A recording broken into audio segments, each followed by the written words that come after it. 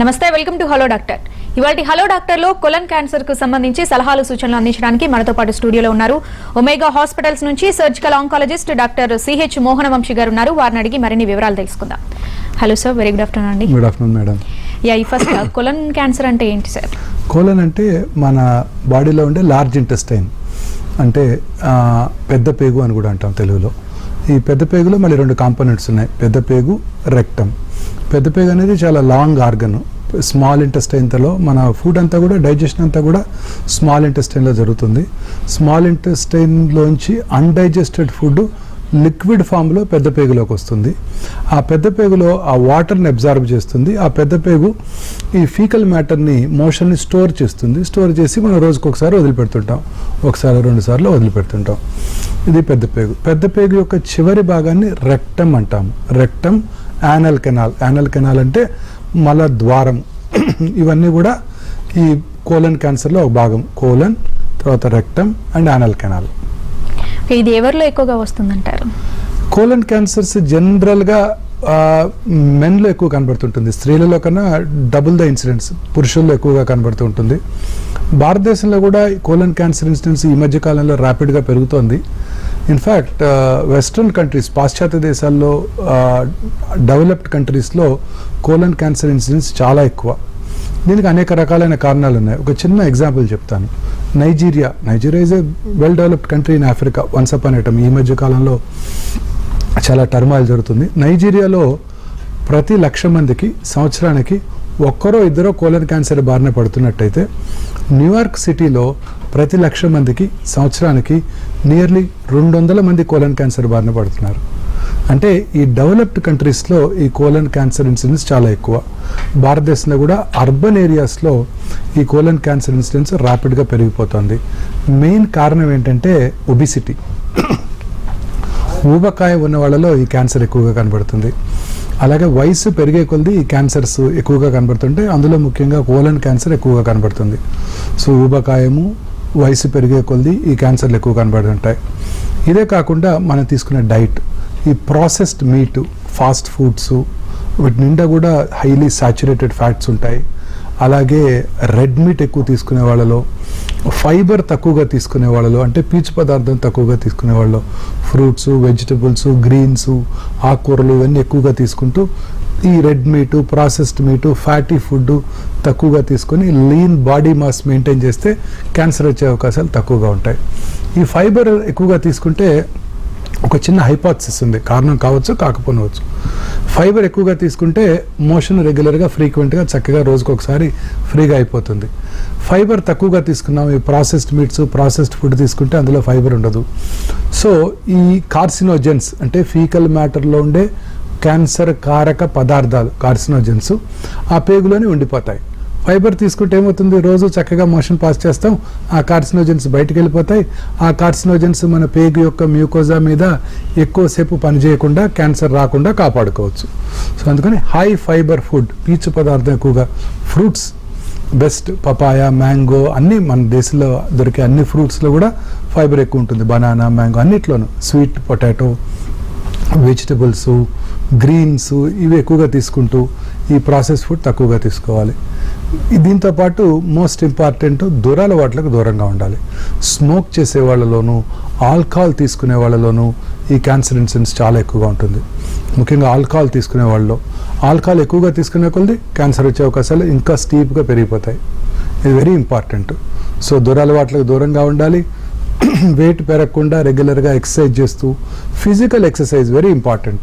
ఈ ఆఫీస్లో కూర్చొని టాప్ బాసెస్ అనమాట, ఎప్పుడు ఆఫీస్లో కూర్చొని సిస్టమ్ ముందు పనిచేస్తూ ఆర్డర్స్ ఇస్తూ ఉండే వాళ్ళలో కోలన్ క్యాన్సర్ ఎక్కువగా ఉంటుంది. బాగా ఎక్కువగా పనిచేసే వాళ్ళలో కోలన్ క్యాన్సర్ తక్కువగా ఉంటుంది. Physical activity is very very important.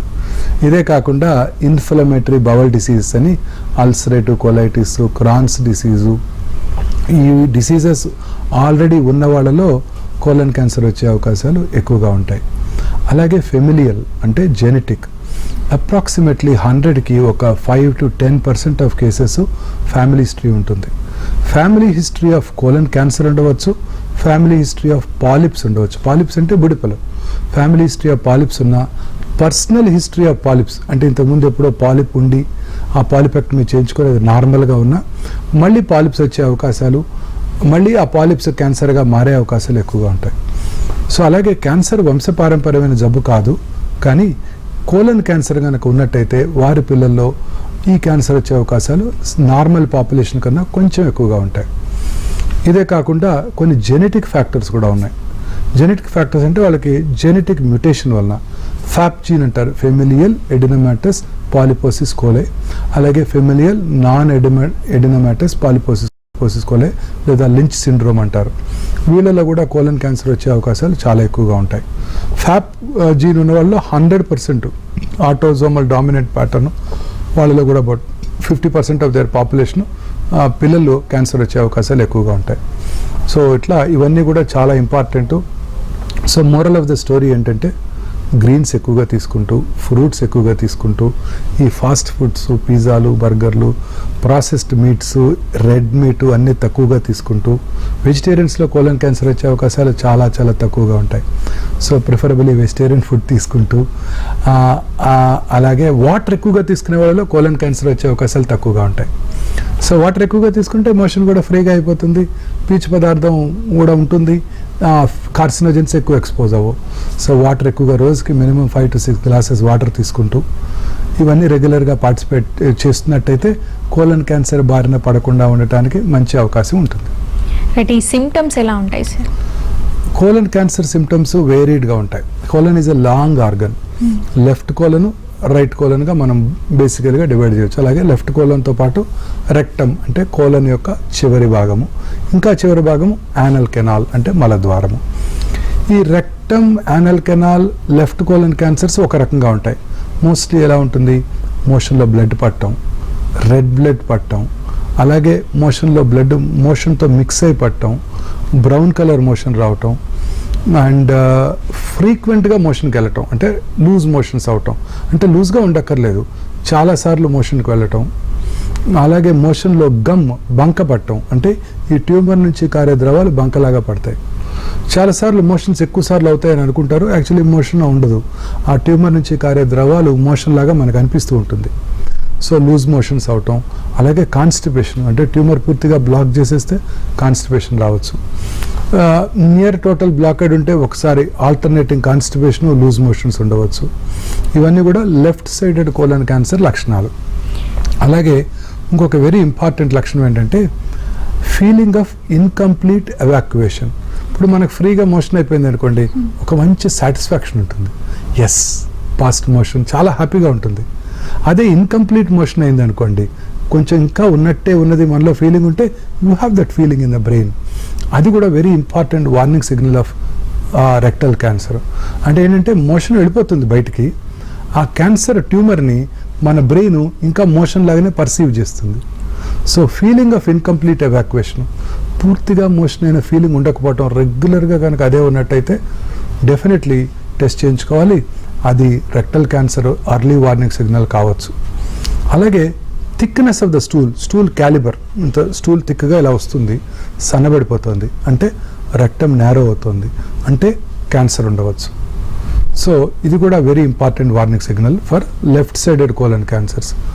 Right side colon cancer most of the often asymptomatic, ఏమి సిమ్టమ్సే కలగజేయవు. చాలాసార్లు దే మేనిఫెస్ట్ విత్ ఎనీమియా అంటే రక్తం లేమి, రక్తం లేకపోవటం. అంటే అక్కడ ట్యూమర్ నుంచి బ్లడ్ కారుతూ ఉంటుంది, ఆ లిక్విడ్ మోషన్లో మిక్స్ అయిపోతుంది, మనకు బయటకు వచ్చేసరికి మనకు బ్లడ్ లాగా కూడా కనబడదు. సో అలాంటప్పుడు జస్ట్ ఏమి ఉండదు, రక్తహీనత, బ్లడ్ తగ్గిపోవటం, చాలాసార్లు బ్రెత్లెస్నెస్, ఆయాసం వస్తుంది. ఆయాసం వస్తే పెద్ద వయసులో వస్తాయి ఈ క్యాన్సర్స్ పురుషుల్లో. ఫస్ట్ మనం వెళ్ళేది కార్డియాలజిస్ట్ని కలుస్తున్నాం, బ్రెత్లెస్ ఆయాసంగా ఉందని. అక్కడ వాళ్ళు యాంజియో కూడా చేసేస్తారు, ఆ వయసులో 2-3 బ్లాక్స్ కూడా ఉండొచ్చు, దానికి స్టెంటింగ్ కూడా చేసేస్తారు.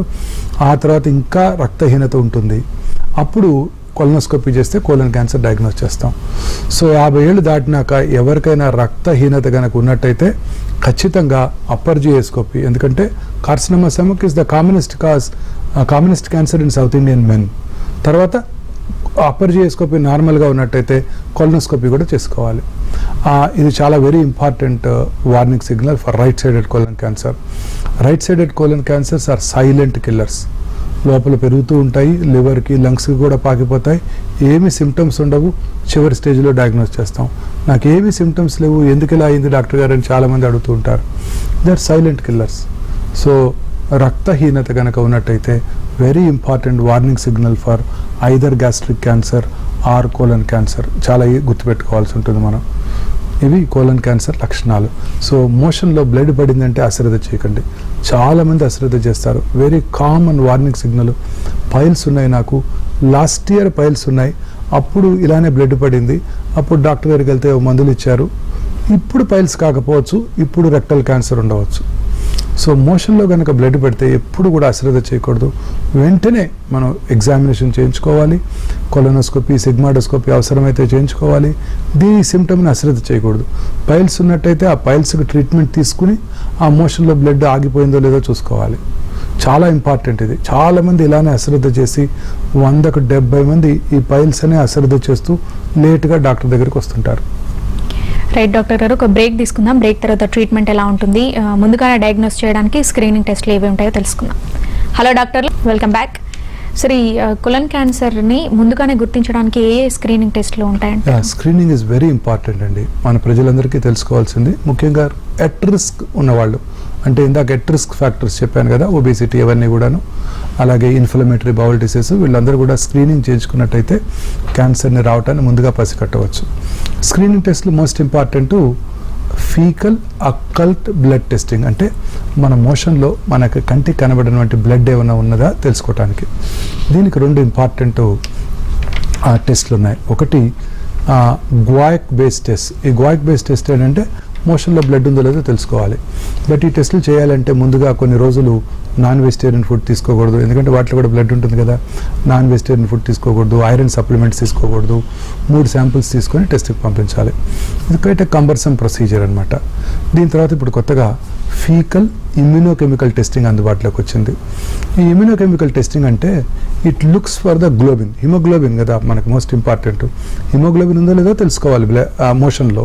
So haem component is iron, globin component చూసే టెస్ట్ని ఫీకల్ ఇమ్యూనోకెమికల్ టెస్టింగ్ అంటారు. వీటికి ఎటువంటి ప్రిపరేషన్ అవసరం లేదు, డైరెక్ట్గా వెళ్ళేసి స్టూల్ స్పెసిమెన్ ఇచ్చేస్తే మనకి అందులో గ్లోబిన్ కాంపోనెంట్ని పట్టుకుంటాం కాబట్టి అది ఉందో లేదో తెలుసుకోవచ్చు. ఇది కనుక ఉన్నట్టయితే మనం ఇమీడియట్గా ఫర్దర్ టెస్టులు చేసుకోవాలని ఇండికేషన్ అనమాట. సో ఈ అట్ రిస్క్ గ్రూప్స్ అందరూ కూడా ప్రిఫరబుల్లీ ఇయర్లీ ఒకసారి టెస్ట్ చేయించుకోవడం better.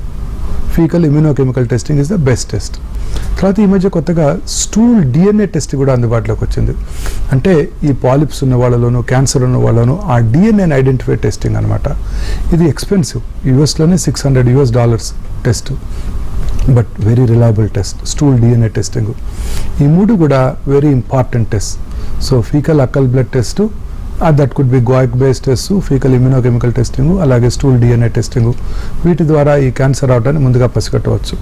Especially at risk groups అందరూ కూడా ఈ టెస్టులు చేయించుకున్నట్టయితే, ముఖ్యంగా ఈ ulcerative colitis, Crohn's disease, inflammatory bowel disease ఉన్న వాళ్ళు లాంగ్ స్టాండింగ్గా 10 years కనుక ఉన్నట్టయితే వాళ్ళలో క్యాన్సర్ వచ్చే అవకాశాలు చాలా ఎక్కువగా ఉంటాయి. ఇండియాలో యాజ్ ఆఫ్ నౌ ఇండియాలో last year more than 8 lakh new colon cancers diagnose చేయబడ్డాయి. అంటే మన 137 crore పాపులేషన్లో 8 to 10 lakh new cases diagnose చేయబడ్డాయి. ర్యాపిడ్గా పెరిగిపోతుంది కోలన్ క్యాన్సర్ ఇన్సిడెన్స్ ఇండియన్ మెన్లో, ఎస్పెషల్లీ అర్బన్ మెన్లో. ఇంకా 2వ ఇంపార్టెంట్ టెస్టింగ్ సిగ్మాడోస్కోపీ, కొలనోస్కోపీ. ఇది మనకి స్క్రీనింగ్గా ఉపయోగపడుతుంది. ఈ at risk groups especially ulcerative colitis వీళ్ళు 5 to 10 years తర్వాత సంవత్సరానికి ఒకసారి తప్పనిసరిగా సిమ్టమ్స్ లేనప్పటికీ కొలనోస్కోపీ చేసుకోవటం, కొలనోస్కోపీ చేసిన తర్వాత లోపల ఏదైనా అల్సర్ ఉంటే దాన్ని బయాప్సీ చేయడం ద్వారా క్యాన్సర్ అవటాన్ని మనం ముందుగా పసిగట్టవచ్చు. అలాగే పాలిప్స్ ఉన్నవాళ్ళు, family history of polyp disease ఉన్నవాళ్ళు, లేదా పర్సనల్ హిస్టరీ ఆఫ్ పాలిప్స్ ఉన్నవాళ్ళు 3 to 5 years ఒకసారి ఈ కొలనోస్కోపీ చేయించుకోవటం ద్వారా ఈ పాలిప్స్ కొత్త ఏమైనా వచ్చాయా, పాత పాలిప్స్ను తీయకపోతే అవి ఏమైనా క్యాన్సర్గా మారావా, అవి తెలుసుకోవడానికి ఈ సిగ్మాడోస్కోపీ, కొలనోస్కోపీ మనకు ఉపయోగపడతాయి. రైట్, ఇది అంటే మనగా సెల్ఫ్గా ఎలా డయాగ్నోస్ చేయాలంటారు? అంటే ఈ సిమ్టమ్స్ మనం ఇంతకుముందు ఏదైతే క్యాన్సర్ లక్షణాలు మనం డిస్కస్ చేసామో ఆ లక్షణాలు ఉన్నవాళ్ళు అశ్రద్ధ చేయకుండా డాక్టర్ దగ్గరికి వెళ్ళి చూపించుకోవటం, దట్స్ మోస్ట్ ఇంపార్టెంట్. ఈ కొలన్ క్యాన్సర్ రాకుండా ఉండడానికి ఎలాంటి జాగ్రత్తలు తీసుకోవాలి, అండ్ అలాగే దీన్ని ప్రివెన్షన్ ఎలా ఉంటుందంటారు? కోలన్ క్యాన్సర్ రాకుండా చేయడానికి మోస్ట్ ఇంపార్టెంట్ మనం ఇందాక డిస్కస్ చేసాం, very important things. Fresh fruits, vegetables, వీటిలో యాంటీ ఆక్సిడెంట్స్ ఎక్కువగా ఉంటాయి, పీచు పదార్థం ఎక్కువగా ఉంటుంది. గ్రీన్స్ ఇవి ఎక్కువగా తీసుకుంటూ, రెగ్యులర్గా ఎక్సర్సైజ్ చేస్తూ, లీన్ బాడీ మాస్ మెయింటైన్ చేస్తూ, అలాగే దురలవాట్లు ఆల్కహాల్, ముఖ్యంగా స్మోకింగ్కి దూరంగా ఉంటూ, ప్రాసెస్డ్ మీటు, రెడ్ మీటు, ఇవన్నిటిని పూర్తిగా అవాయిడ్ చేస్తున్నట్టయితే కోలన్ క్యాన్సర్ రాకుండా చేసుకోవడానికి అవకాశం ఉంటుంది. అలాగే వాటర్ ఎక్కువగా తాగేవాళ్ళు, ప్లెయిన్ వాటర్ ఎక్కువగా తాగే వాళ్ళలో కూడా కోలన్ క్యాన్సర్ వచ్చే అవకాశాలు బాగా తక్కువగా ఉంటాయి. వీటితో పాటు మనం రెగ్యులర్గా కరోనరీ ఆర్టరీ డిసీజ్ని ప్రివెంట్ చేయడానికి ఆస్పిరిన్ అనే డ్రగ్ వాడుతుంటాం, బ్లడ్ థిన్నర్. ఈ ఆస్పిరిన్ తీసుకోవడం వల్ల long term usage of aspirin వల్ల కూడా కోలన్ క్యాన్సర్ వచ్చే అవకాశాలు తగ్గిపోతాయి. అంటే రొటీన్గా కోలన్ క్యాన్సర్ వస్తుందేమోనని ఆస్పిరిన్ తీసుకోవడం కరెక్ట్ కాదు. బట్ ఈ ఎట్ రిస్క్ గ్రూప్స్ అందరూ కూడా, ఎట్లాగో ఒబీస్ ఇండివిజువల్స్, స్మోకర్సు, ఆల్కహాలిక్స్, అలాగే ఇన్ఫ్లమేటరీ బవల్ డిసీజెస్ ఉన్నవాళ్ళు అండర్ మెడికల్ సూపర్విజన్లో ఆస్పిరిన్ కనుక తీసుకున్నట్టయితే కోలన్ క్యాన్సర్ని రాకుండా చేసుకోవడానికి అవకాశం ఉంటుంది. అలాగే కొన్ని రకాల బ్యాక్టీరియల్ ఇన్ఫెక్షన్స్, ముఖ్యంగా స్ట్రెప్టోకోకస్ గ్యాలోలైటికస్ అంటారు. ఇది మన కోలన్లో కనుక ప్రివలెంట్గా ఉన్నట్టయితే, యాక్చువల్లీ ఎంటైర్ లార్జ్ ఇంటెస్టైన్లో ఉండేది బ్యాక్టీరియానే. ఈ బ్యాక్టీరియా కనుక ఉన్నట్టయితే వాళ్ళలో క్యాన్సర్ వచ్చే అవకాశాలు ఎక్కువ ఉంటాయి. ఇప్పుడు lot of research is going on. ఈ బ్యాక్టీరియా కనుక ఉన్నట్టయితే దాని యాంటీబాడీస్ని, ఇప్పుడు మనం కరోనాకి అయితే ఎట్లా యాంటీబాడీస్ టెస్ట్ చేస్తున్నాము, దాని యాంటీబాడీస్ని టెస్ట్ చేసుకొని అది కనుక ఉన్నట్టయితే దానికి ట్రీట్మెంట్ తీసుకోవటం ద్వారా, అంటే స్ట్రెప్టోకోకస్ గ్యాలోలైటికస్ బ్యాక్టీరియానికి తగ్గించడానికి ట్రీట్మెంట్ తీసుకోవటం ద్వారా కోలన్ క్యాన్సర్ని రాకుండా చేసుకోవచ్చు. సో ఈ ప్రివెంటివ్ మెజర్స్, వాటర్ తాగటము, aspirin groups, most important diet, ఇవి మనం కనుక ఫాలో అయినట్టయితే కోలన్ క్యాన్సర్ నుంచి ఖచ్చితంగా దూరంగా ఉండవచ్చు. దీని ట్రీట్మెంట్ ఎలా ఉంటుందంటారు? Treatment 2 components. First diagnosis, staging and treatment. Diagnosis is very simple. Colon cancer అనుమానిత లక్షణాలు ఉన్నప్పుడు కొలనోస్కోపీ లేదా సిగ్మాయిడోస్కోపీ చేసుకోవటం ద్వారా క్యాన్సర్ ఎక్కడ ఉన్నది, ఏ రకంగా ఉంది, ఒకటే ఫోకస్ ఉన్నదా, మల్టిపుల్ ఫోకై ఉన్నాయా, మల్టిపుల్ ఫోకై కూడా ఉండొచ్చు. సింక్రోనస్ క్యాన్సర్స్, ఒకసారి లెఫ్ట్ కోలన్లో క్యాన్సర్, రైట్ కోలన్లో క్యాన్సర్ ఉంటుంది. అలాగే పాలిప్స్ ఏమైనా ఉన్నాయా అనేది సింపుల్ కొలనోస్కోపీ చేసుకోవడం ద్వారా మనం తెలుసుకోవడానికి అవకాశం ఉంది. కొలనోస్కోపీ చేస్తున్నప్పుడే దాన్ని బయాప్సీ చేసినట్టయితే కరెక్ట్గా ఏ రకమైన క్యాన్సర్ కూడా తెలిసిపోతుంది. ఇది మోస్ట్ ఇంపార్టెంట్. దీని తర్వాత స్టేజింగ్, అంటే క్యాన్సర్ అంటేనే శరీరంలో ఇతర భాగాలకు పాకుతూ ఉంటుంది.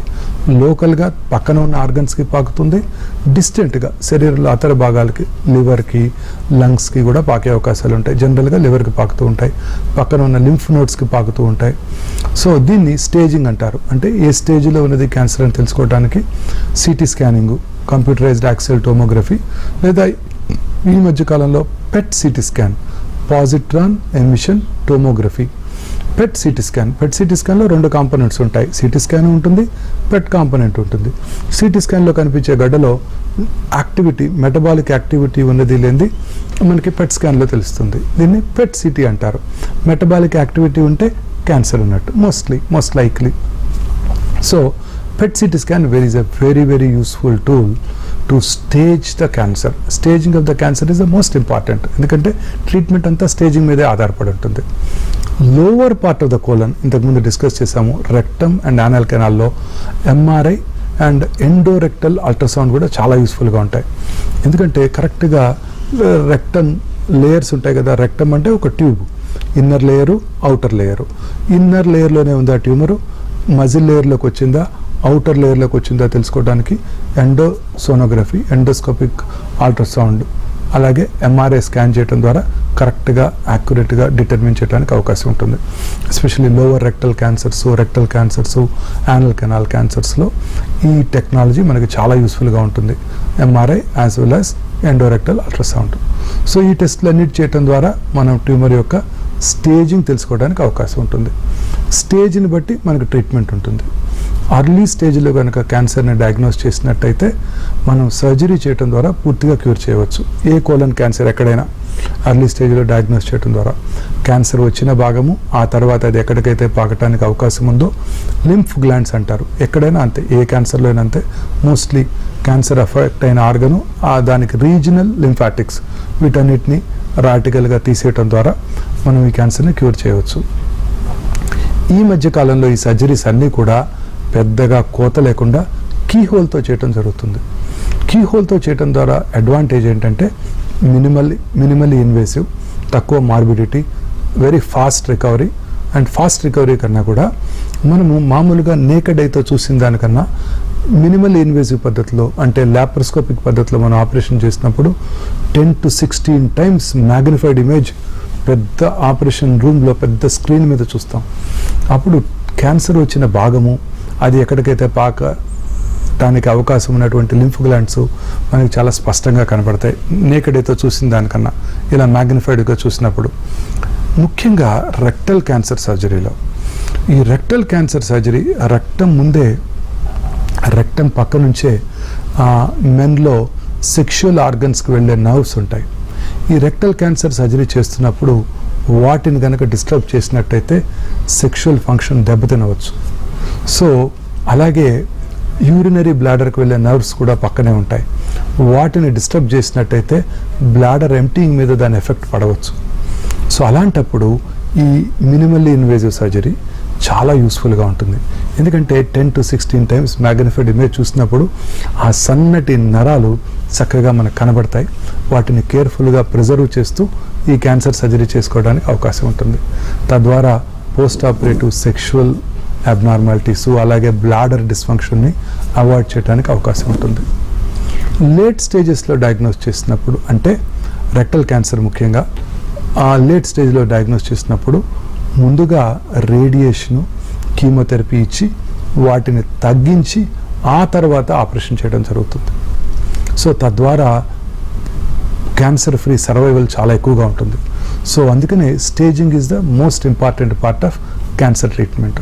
సో మోస్ట్ ఇంపార్టెంట్ థింగ్ ఏంటంటే multidisciplinary approach. Cancer treatment అనేది ఒక సింగిల్ సర్జన్ చేసేది కాదు, ఆంకాలజీ సర్జన్ చేసేది కాదు. Surgical oncologist, medical oncologist, radiation oncologist. ఎందుకంటే లోకల్లీ అడ్వాన్స్డ్ అయితే రేడియేషను కీమోథెరపీ ఇచ్చి తగ్గించి తర్వాత సర్జరీ చేస్తాం. Medical oncologist, radiation oncologist, surgical oncologist, pathologist. ఏ రకమైన ట్యూమర్ యొక్క బిహేవియర్ ఎలా ఉండబోతోంది పెథాలజిస్ట్ డయాగ్నోస్ చేయాలి.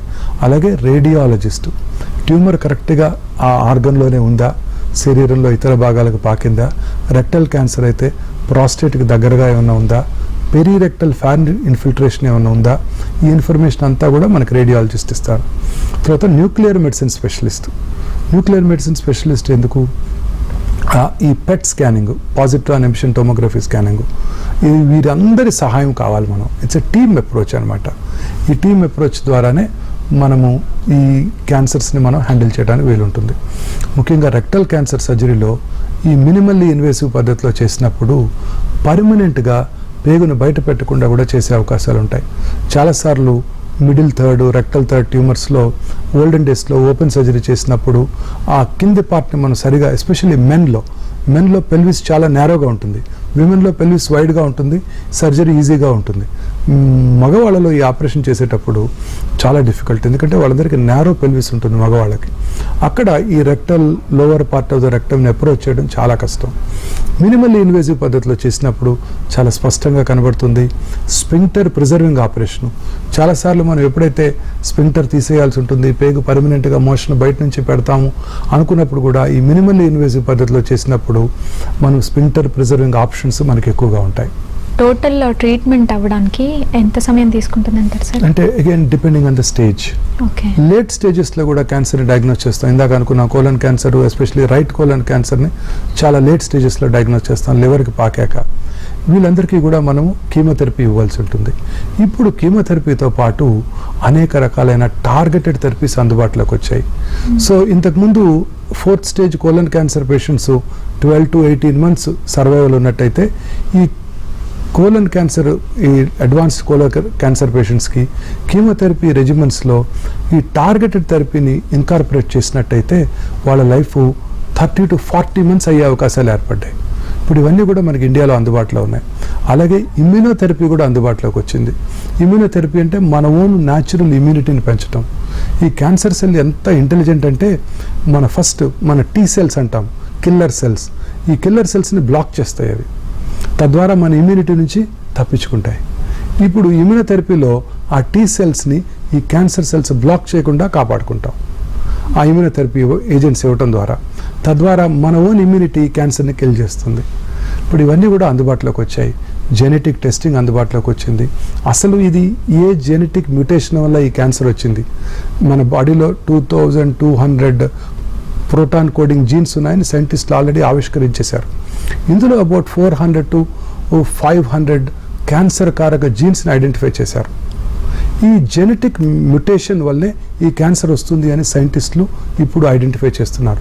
దీన్నే ఫౌండేషన్ 1 మెడిసిన్ అంటారు. అసలు ట్యూమర్ మన బాడీలో జస్ట్ మన బ్లడ్ తీసుకొని, మనం క్యాన్సర్ సెల్స్ బ్లడ్లోనే ఉంటాయి, లిక్విడ్ బయాప్సీ అంటాం. బ్లడ్ తీసుకొని అందులో ఈ ట్యూమర్ ఫ్రీ డిఎన్ఏని మనం ఈ జెనెటిక్ టెస్టింగ్ చేయించుకోవడం ద్వారా ఏ జెనెటిక్ మ్యుటేషన్ వల్ల ఈ క్యాన్సర్ వచ్చిందో లేదో తెలుసుకునే అవకాశం ఏర్పడింది. అలాగే ఆ ట్యూమర్ ఫ్రీ సర్క్యులేటింగ్ ట్యూమర్ సెల్స్ని ఐడెంటిఫై చేయడం ద్వారా, అలాగే అది ఏ రకమైన క్యాన్సర్ కీమోథెరపీకి రెస్పాండ్ అవుతుందో తెలుసుకునే ఫెసిలిటీస్ కూడా ఇప్పుడు అందుబాటులోకి వచ్చాయి. లేడీస్లో యూరిన్ ఇన్ఫెక్షన్ వస్తుంది, యూరిన్ కల్చర్ చేయించుకుంటారు, ఏ యాంటీబయాటిక్ లొంగుతుందో తెలుసుకుని ఆ యాంటీబయాటిక్ వాడేస్తుంటారు. అలాగే క్యాన్సర్ సెల్ని కూడా ల్యాబ్లో గ్రో చేసి, అంటే ఈచ్ ఇండివిజువల్ క్యాన్సర్ సెల్ని గ్రో చేసి ఏ రకమైన క్యాన్సర్ కీమోథెరపీ డ్రగ్, ఏ రకమైన టార్గెటెడ్ థెరపీ మాబ్స్ అంటాం, ఏ రకమైన ఇమ్యూనోథెరపీకి లొంగుతుందో కూడా తెలుసుకునే ఫెసిలిటీస్ ఇప్పుడు అందుబాటులోకి వస్తున్నాయి. తద్వారా లేట్ స్టేజ్ క్యాన్సర్ పేషెంట్స్లో కూడా సర్వైవల్ సిగ్నిఫికెంట్గా పొడిగించడానికి అవకాశం ఏర్పడుతుంది. Right, thank you doctor. Colon cancer ఎందుకు వస్తుంది, అసలు వచ్చాక ఎలాంటి జాగ్రత్తలు తీసుకోవాలి, ట్రీట్మెంట్ ఎలా ఉంటుందో తెలియజేసినందుకు thank you sir. Thank you so much.